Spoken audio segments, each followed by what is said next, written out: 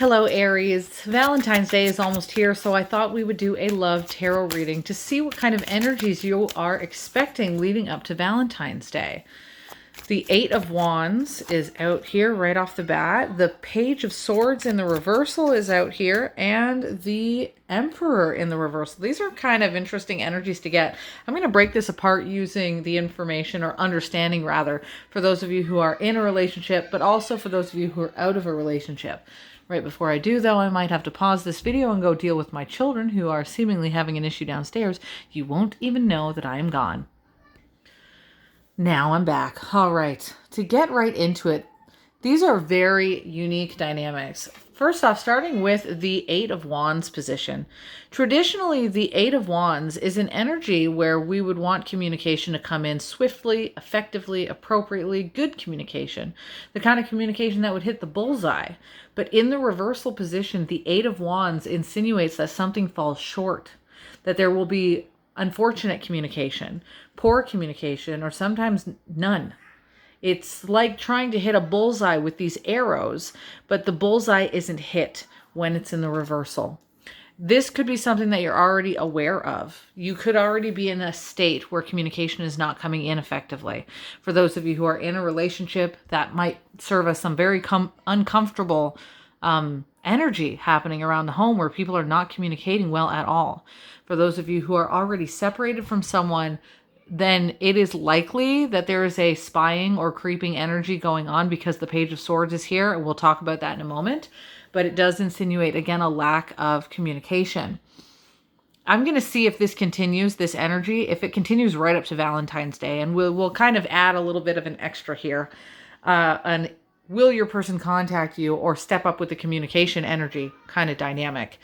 Yes, so I'll do that in a bit. But for those of you who are in a friend zone, or a situationship, again, communication isn't going on very well here. It may not actually be happening at all, and instead people are resorting to spying on each other and gathering information in alternative ways of looking at it. Now, much like the Eight of Swords, which is a dynamic of arrows, you can quite easily see the arrows on the card. The Page of Swords historically over 100 years ago, I almost said 1,000 years ago, well, the symbolism of it could be around 1,000 years old, especially given Arthur Edward Waite's inclination of leaning towards the understandings of the Albigensians from the Middle Ages. But for the sake of the Rider-Waite-Smith interpretations, and this deck here, the Animal Oriens deck, is based off of that Rider-Waite-Smith deck, we will say for the last 100 or so years, the card of the Page of Swords was the card of the assassin.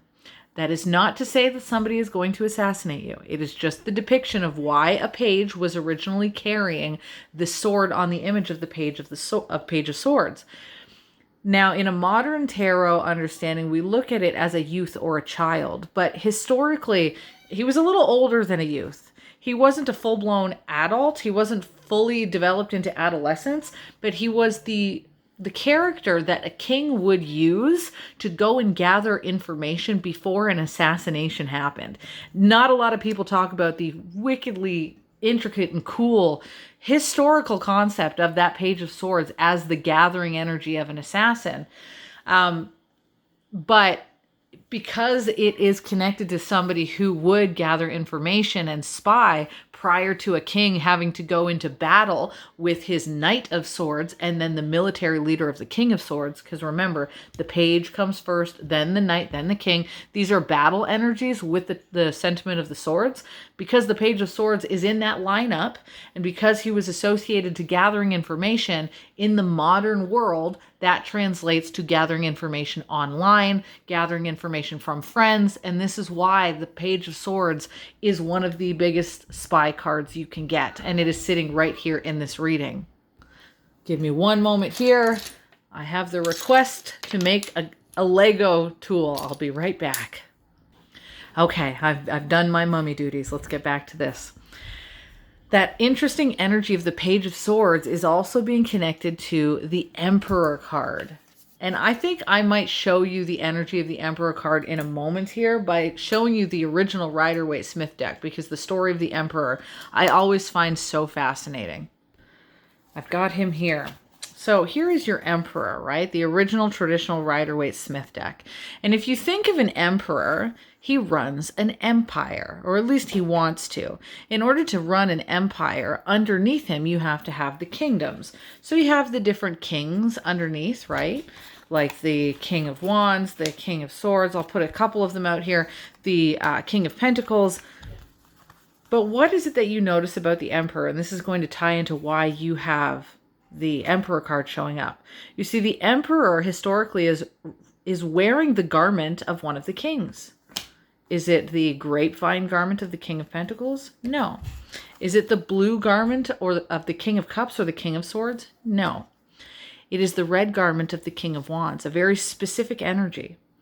It is the energy of will and desire. He takes all that is crafted in the willpower of the Wands card, and he's supposed to master it. But when he masters it, look at what he does in looking now at the comparison to the Empress.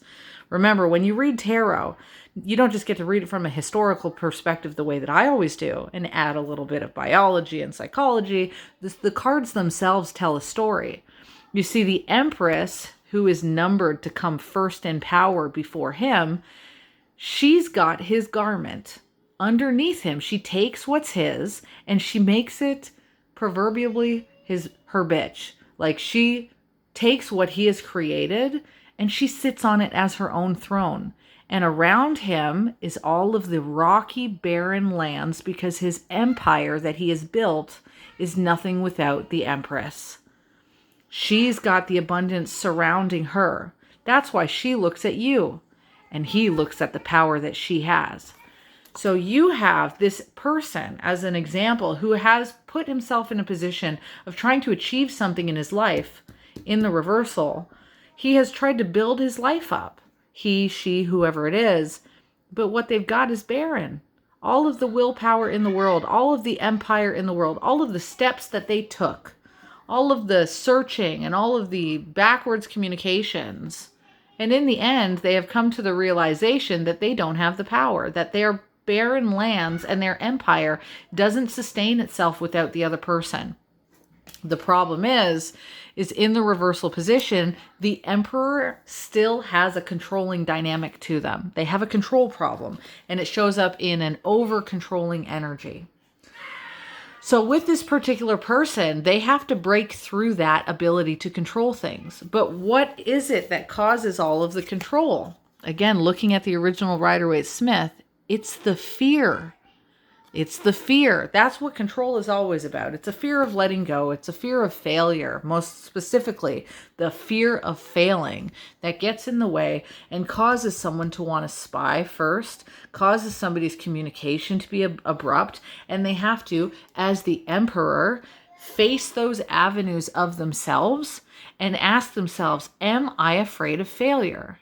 And what can I do about it? How can I lessen those fears? And once this person decides to tackle those things, then they have the ability to start letting go of control and speaking up effectively. And instead of gathering things in and behind the scenes with the Page of Swords in the reversal, they then have the ability for growth and proper communication. Does it look like all of that is going to happen in a 7-day span or so before we get to Valentine's Day? Probably not. Because learning about the fear of failure and control dynamics are a long time journey that most people spend a lot of their lives, way more than a week, trying to unfold and get through. So when we do this reading for you about your person and this Valentine's Day dynamic, your person is very human, but they are at a phase in their life right now that requires a lot of untangling of that kind of energy. And whether or not you want to participate, that is up to you. Now, let's see, with this kind of dynamic, up until actual Valentine's Day, are they going to shift it? Are they going to start to communicate even a little bit effectively? Or are they going to sit in this energy of a fear of failure? The Strength card in the reversal is not very promising. It's tied into the fears of the body. The Five of Cups is a card of loss when it's in the upright position. And the Hanged Man is nice, though, because in the reversal position, it insinuates they may not have the communication skills by Valentine's Day, but the new perspective certainly does start to hit. The Hanged Man is traditionally a card of suspension, being stuck, being hung upside down, nowhere to go, no idea even what to do. But in the reversal position, they are mastering the very concepts that I had mentioned before that were difficult for this person. So will they be everything you want them to be by Valentine's Day? No. But will they begin a step of changing a new perspective to better themselves? That's where they are at that point in Valentine's Day. And if you're willing to join this person on that journey, then more power to you, especially for those of you who are in a relationship with this person. If you're already in an established relationship, then you already know that it's important to you to see this person grow, I'm sure, right? Or for those of you who are in a friendship dynamic or even a situationship, if you do care about this person's growth and development, then you may be willing to be that friend along for the ride.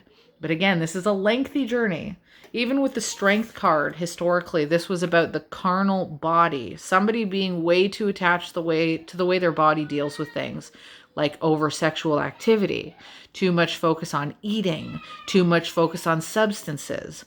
When it's in the reversal, they are having difficulty subduing a part of their body like that that's overrunning them, and it's causing them to live in that state of control and fear that we saw with the Emperor card. This is a bit messy.